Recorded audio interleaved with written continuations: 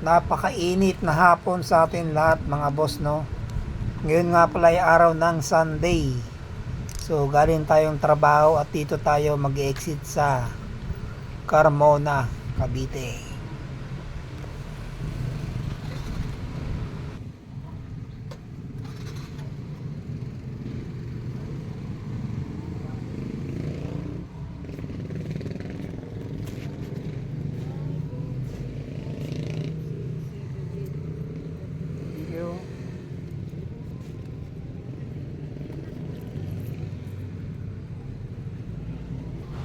Okay, tara at makauwi na ng ating bahay.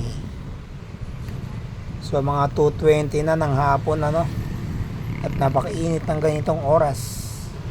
So inom lang tayo ng maraming tubig, no, at para hindi tayo ma-dehydrate.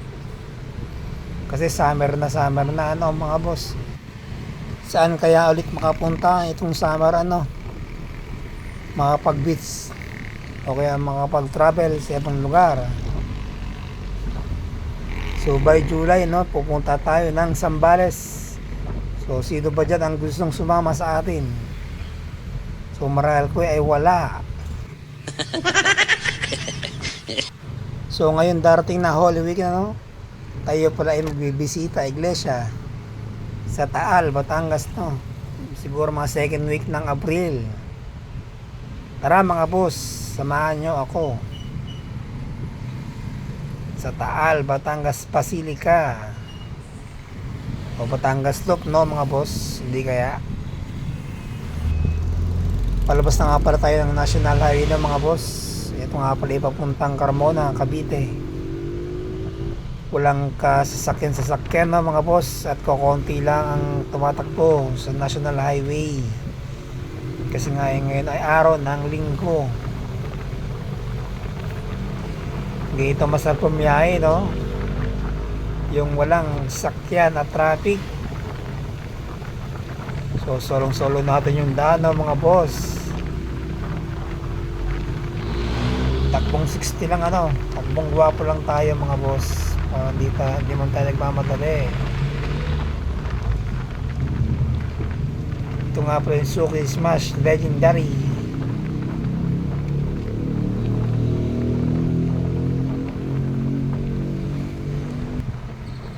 So yan yung boundary, no, ng Binyang at Carmona, Cavite. Yung arkong yan, no.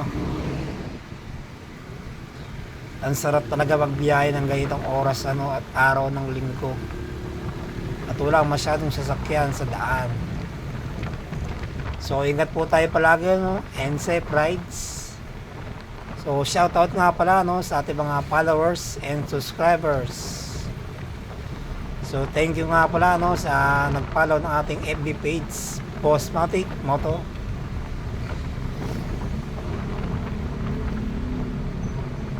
Kung di natin naabutan yung stoplight, so stop muna tayo doon sa may lilim.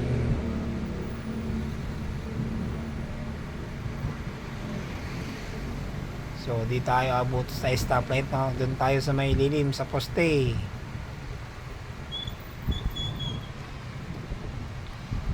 Yan, dyan muna tayo mga boss.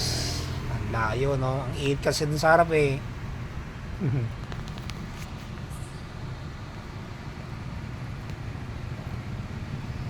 Bali sana kung naka 4 wheels tayo, no? At aircon, no?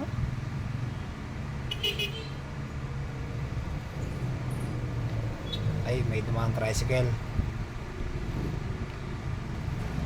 Hindi maganda yung tingin ni kuya ang tricycle driver sa akin, ha? Bakit kaya? Pinagbigyan ng nga kita eh. So wala namang masama, no, kung sumilong tayo rito sa may lilim, no? Kasi napakainit at wala namang masyadong sasakyan sa likod. So konting respeto lang, no? So yan, takbo na tayo mga boss, dahan-dahan lang. So buti nga, no, pwede yung tricycle dito, no, sa National Highway. Kung sa tutusin, dapat bawal sa larito, ano. Pero araw naman ng linggo, tulad naman masyadong sasakyan. So madalas sila yung papatraffic sa National Highway, no? At bigla na lang kakanan o kakaliwa nang walang pasabi. So So di naman lahat ng tricycle driver ganyan ano, pero karamihan sa kanila ganyan talaga. So konting disiplina lang no sa ating mga tricycle driver. Ganun na rin sa mga single gaya natin na kamote riders. So ingat po tayo palagi ano.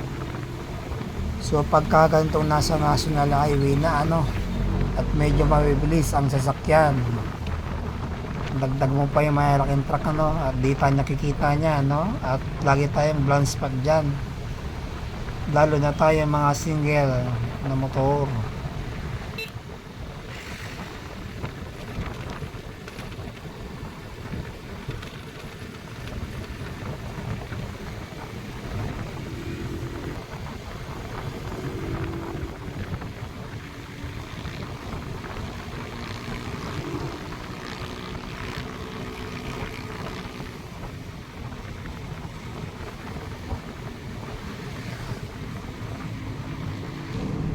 Silong ulit muna tayo no mga boss dito yan sa overpass sa Carmona na no.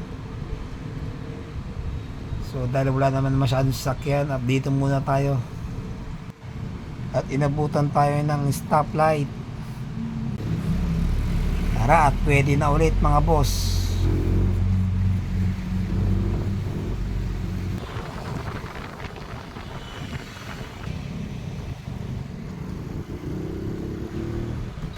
So dito po lang muna tapos ang aking video ng mga boss. At medyo mainit na aking cellphone no. At pakabilad sa init ng araw. So di naman GoPro ang ating gamit no, kundi cellphone camera at video lang. So thank you for watching my video ng mga boss. Ingat po tayo palagi and safe rides.